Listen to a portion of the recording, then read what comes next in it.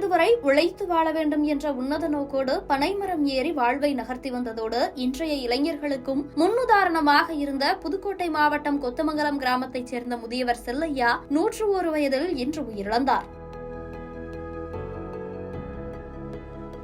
புதுக்கோட்டை மாவட்டம் ஆலங்குடி அருகே உள்ள கொத்தமங்கலம் கிராமத்தைச் சேர்ந்தவர் 101 வயதான முதியவர் செல்லையா. இவருக்கு சொந்தங்கள் பல இருந்தும் சொந்த உழைப்பில் வாழ வேண்டும் என்ற உன்னத நோக்கோடு நாள்தோறும் உயரமான பனைமரங்களில் உயிரை பணயம் வைத்து ஏறி நுங்கு வெட்டி அதனை விற்பனை செய்து வயிற்று வாழ்வை நகர்த்தி வந்தார். 3 பிள்ளைகள், பேரன் பேத்திகள் என சொந்தங்கள் பல இருந்தும் யாருடைய ஆதரவையும் எதிர்பார்க்காமல் கடந்த ஆண்டு வரை தள்ளாத வயதிலும் தளராத நம்பிக்கையோடு 100 வயது வரை பனைமரம் ஏறி பலரையும் வியக்க வைத்தார். இந்நிலையில் வயது மூப்பின் காரணமாக அவருக்கு உடல்நலக் கோளாறு ஏற்பட்டதை தொடர்ந்து இந்த ஆண்டு அவர் பனைமரம் ஏறவில்லை. இந்நிலையில்தான் உடல்நலக் குறைவால் செல்லையா இன்று 101 வயதில் உயிரிழந்தார். இன்றைய காலத்து இளைஞர்களுக்கு உழைப்பின் உன்னதத்தை உணர்த்தும் வகையில் 100 வயது வரை உழைத்த செல்லையா உயிரிழந்த சம்பவம் அந்த பகுதியில் சோகத்தை ஏற்படுத்தியுள்ளது.